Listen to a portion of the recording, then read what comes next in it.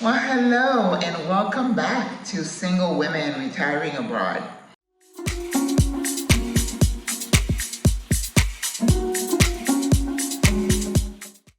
I was thinking, once you decide to move abroad, do you ever give any thoughts to the legal ramifications of uprooting yourself, closing off everything that you knew, and then moving abroad?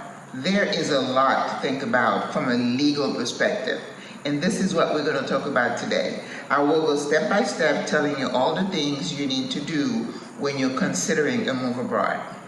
But before we get started, let me reintroduce myself. My name is Maggie. I am a retired nurse practitioner and I have been retired in Panama now for about a year and a half and absolutely loving it. So when I decided to move to Panama, initially, even before I even decided to retire, I was thinking, oh, I need a will, which I did, even though my kids are older. And when you make a will, let's say you're in your 30s and you hit 50, that will change, right? Because your need for a high level of life insurance doesn't apply because maybe your kids are in college or they're adults. So as you grow and your needs change, so should your legal responsibilities or what you need to be thinking about putting in place. And it is very prudent for anyone, regardless of age, to have those things in place. Because in the hospital, as you know, many times somebody would die and then it was like there's nothing in place. We don't know what the person's wishes were. Anyway, we get into all the tangling of going to courts and having all that become a huge mess. So once you decide to move abroad, you need to do the same, you need to engage into the same exercises, thinking how you dispose of property, the what ifs, health, property that you may have in your new home. So let's start, okay, with the basics. Once you decide to move to Panama, the first thing I think you should be thinking about is what kind of legal status am I going to have in that country? Are you going to be a digital nomad, which may not apply to us because we are single, seasoned, retired women? What kind of retirement visa? You need to explore those things.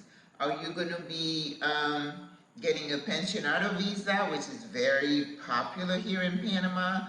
Or are you going to consider the Friendly Nations visa? Or are you going to get an investor visa? This is where the homework comes in. When you start thinking about moving to Panama, you need to book a call with an attorney in Panama, not in your country of origin, because they're the ones familiar with the law of the land. You may have done all the research in the world, but there is nothing like hearing it from an attorney in the homeland. Okay? So find out what your legal status is going to be. You don't want to retire somewhere and not be legal. And I know some people get excited about being on the fringes and kind of breaking the law a little bit and see if they get caught and all that excitement. I don't get excited about stuff like that, and I hope you don't. As we get older, we need to be wiser in our decision-making process, right?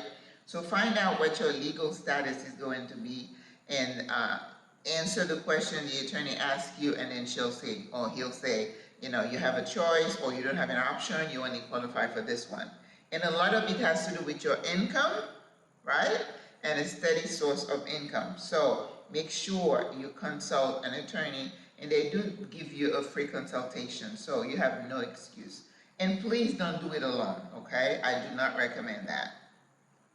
All right, and of course, you're going to do your due diligence. As part of that due diligence process, you're going to make some scouting trips. Not one, I recommend doing multiple, 2, 3, 4, so you really get a feel for what life is going to really be like in your new home. All right, and what are you going to do with your home? Okay, that is a big decision. A lot of us have been in our homes for 20, 30, 40 plus years. We have accumulated a lot. And I have a video about how important it is to start cultivating a minimalist mindset even before you thinking of retiring. Because all the stuff you accumulated, you're not going to need. They're kind of going to weigh you down, so you need to start divesting yourself of that stuff. Give it away, give it to your kids, and of course you always have goodwill. We'll take anything except the pets. Okay, so start decluttering and start adopting a minimalist mindset, so that when it's time to say, okay, am I going to rent the house or am I going to sell it? You got to do your homework. What are you comfortable with? Do you need the income from maybe a rental or renting your house? Or like right now, I am renting my house, and it's nice to have that cushion that comes in once a month. But some people are like, nah, I don't want to be bothered. I want to sell it. Again, that's a decision, and it's a big legal decision, right? So you sell your house, depending on the market, it could be 30 days, it could be 6 months. Again, be flexible, okay? Now, the biggest legal exercise you're going to undertake is the legal paperwork as it relates to your health and your death. Yes, I said death because as you get older, you shouldn't be afraid of dying. Death is just a normal progression. Nobody gets spared. We're all gonna die. We don't know when we're gonna die. We don't know how we're going to die. Now, today I had a wonderful day with some friends, and we are comfortable talking about death, and you should be. If you're not, you got some work to do, okay? Because you should not be anxious talking about what if I die tomorrow, right? Okay, I need you to get to that point where it's not a scary topic.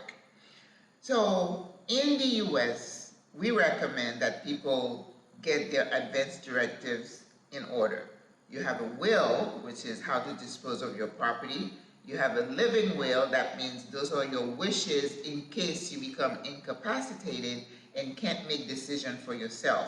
You have to choose somebody to be your healthcare surrogate. You discuss your intentions about how much you want, how involved you want medical facilities, you know, what do you want them to do with you if you get ill? If you get cancer, do you want chemo? If your heart stops, do you want them to do CPR?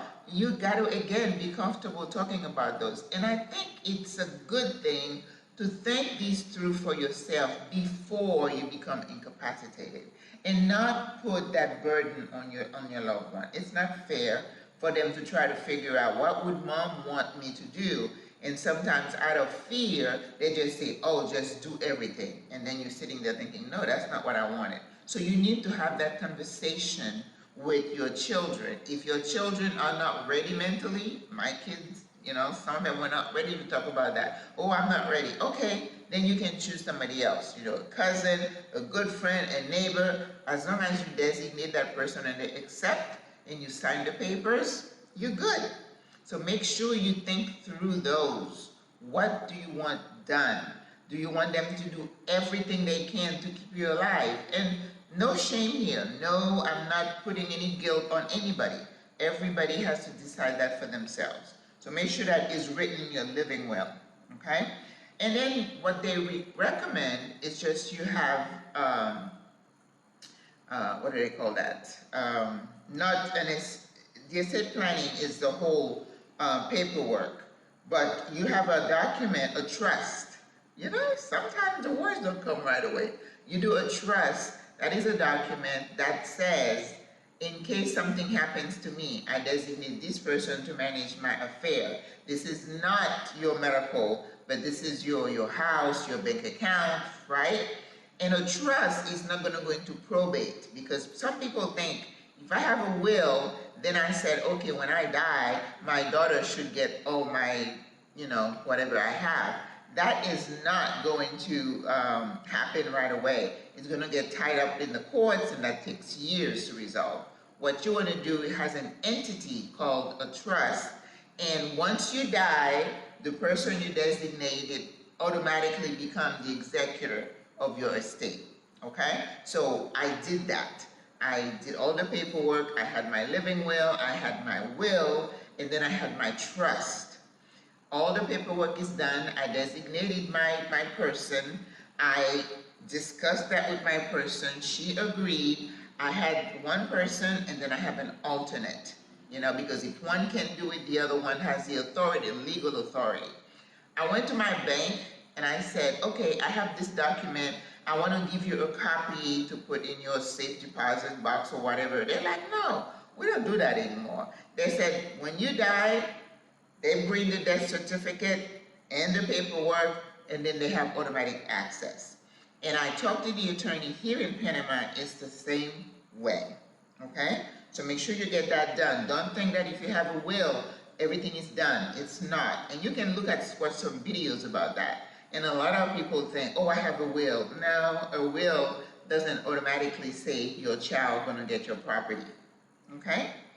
Now what happens if something happens to you when you're here? I'm gonna do a couple videos because there's a lot to unpack about emergency planning abroad, but do you want to be evacuated to the US if something happens? Then you have to have a way to do that.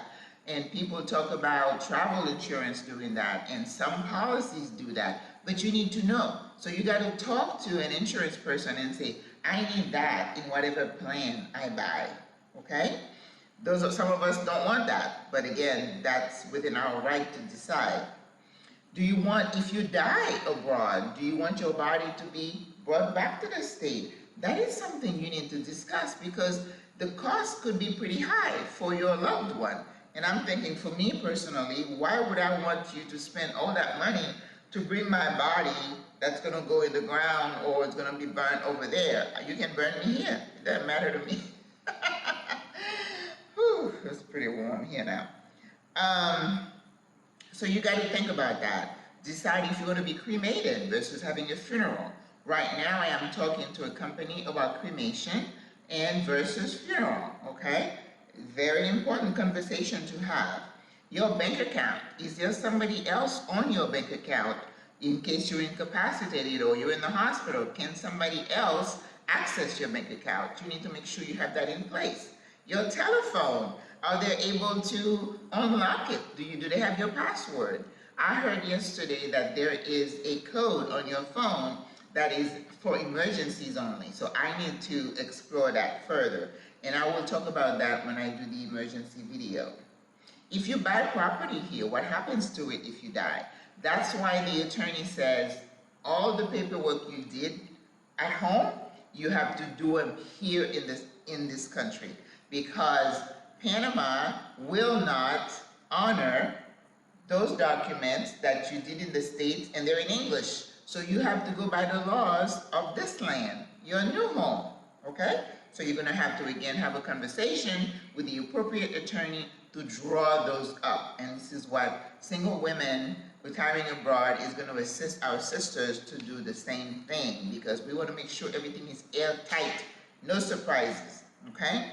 If you have property, if you have a trust here established in Panama, then whoever you designated, all they have to do is come in, present the paperwork with your death certificate that you have to go to tribunal to get, and then it's okay. So we need to know these things. It shouldn't be a surprise.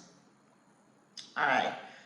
Now, when I talk about the emergency preparedness here, there is a lot we're going to have to unpack because, you know, we all live in these high rises, and we may not have anybody come to our place for weeks. Unless we're keeping in contact, we have a way to check on each other, things can happen. And if you get sick, is somebody going to come visit you, bring you some food or some soup? This is what the sisterhood is all about. So think about all the paperwork, the documents you need to get drawn up in your home country, and I think you need to do that, and then make sure when you get here, you do the same thing. and we're going to be talking about those topics over and over and over until you get it. And I'm creating a document where all those things are going to be there for you. And next video, or next two videos from this one, I'm going to be interviewing the attorney, and we're going to address some of those issues. Again, our goal is to give you information so that you can age in place in beautiful Panama. But Panama is beautiful, but life still goes on. We live, we enjoy, we die. We just need to be prepared. Okay? I hope you enjoyed this video and that you find the information useful. And if you do, I forgot to say that before, please like, subscribe, share the video, and click that notification bell so you don't miss any of our upcoming videos. I love you. God loves you. Au revoir. À la prochaine.